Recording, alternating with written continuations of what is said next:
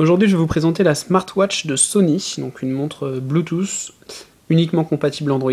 Donc on voit ici dans sa version bleue avec un bracelet gomme de qualité, une fixation ici qui tient très très bien, des systèmes qui permettent de raccourcir le bracelet pour l'adapter à la taille de son poignet, et la montre en elle-même, donc très jolie, un peu dans le look iPhone 3G.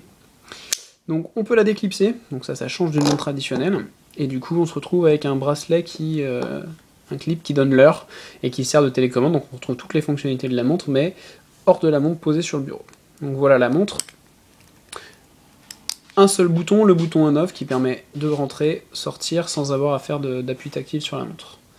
Donc une fois qu'on rentre dans le menu, on se retrouve avec le premier niveau de menu horizontal, qui correspond à toutes les notifications. Donc tout ça c'est configurable via l'application, on le verra après.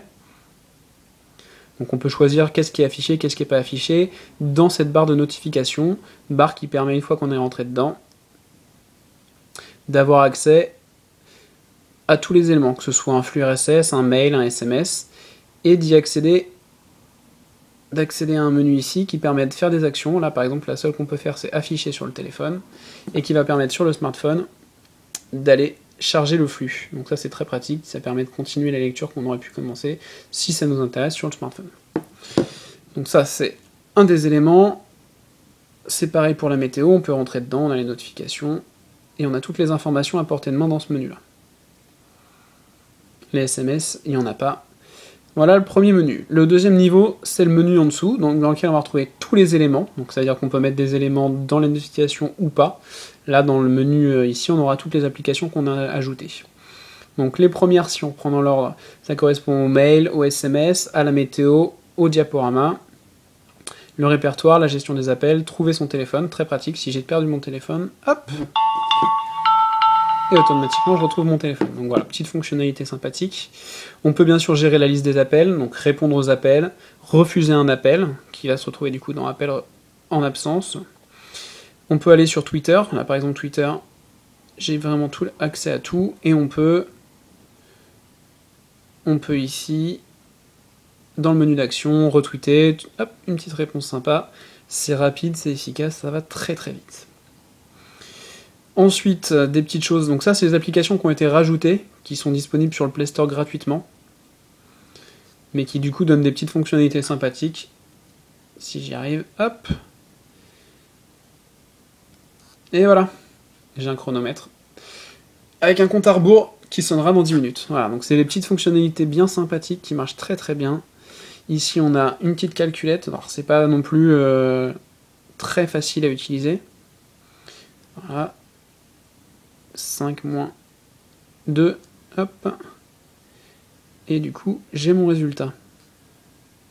Voilà, donc ça fonctionne, c'est pas non plus une vraie calculette, tout le monde s'en sera douté.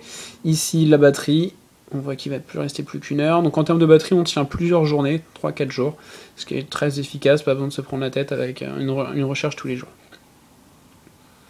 Voilà. Derrière, ce qu'on peut dire, c'est qu'il y a 1000 applications sur le Play Store, donc on peut à peu près tout faire. Là, par exemple, j'ai trouvé une petite application sympa, GPS Map, qui permet d'avoir un GPS piéton. Donc pareil, c'est que de l'appoint, c'est pas pour s'en servir comme GPS dans la voiture, mais ça permet de se sortir de situations un peu compliquées et d'avoir le petit truc qui fait que la montre deviendra un must. Et donc, si on prend sur le smartphone, on a une application qui s'appelle Smart Connect, qui gère l'ensemble des éléments externe au smartphone, et donc il y a montre intelligente, dans lequel on va pouvoir aller chercher des nouvelles applications. Donc là on voit que c'est toutes celles qui ont été installées, mais qu'il y en a bien d'autres. On va pouvoir changer les horloges, donc là par exemple on va pouvoir passer sur une horloge un peu différente, voilà, beaucoup plus petite et qui du coup n'est affichée que si on bouge la main, et une version pour les fanatiques des montres digitales, analogiques, si je me trompe, des montres analogiques. Voilà, donc on peut vraiment changer le fond comme on veut. On peut trier les widgets, donc ce qu'on a vu tout à l'heure, l'ordre. Et on a ici les petits conseils d'utilisation, donc taper 2 fois pour activer, etc. Donc voilà, la montre est vraiment bien faite, un beau produit qu'on a envie de porter tout le temps, qui devient très très vite un objet qu'on oublie, voilà, mais qui est du coup très très important, puisque voilà, à chaque fois qu'il y a un appel, à chaque fois quelque chose, la montre vous un petit picto qui permet de l'afficher. Donc nous on est plutôt très très fan de cette montre, on vous la conseille, en sachant qu'on peut acheter les bracelets indifféremment de la montre, et du coup changer la montre, le bracelet en fonction de sa tenue ou de son humeur. Voilà, donc c'était le test de la Sony Smartwatch de chez Sony, qu'on peut retrouver aux alentours de 80-90 € sur internet, et qui devrait, je pense, évoluer un jour ou l'autre dans une version 3 qui sera encore mieux, je l'espère, avec un plus grand, un tout petit peu un plus grand écran. Voilà, à bientôt.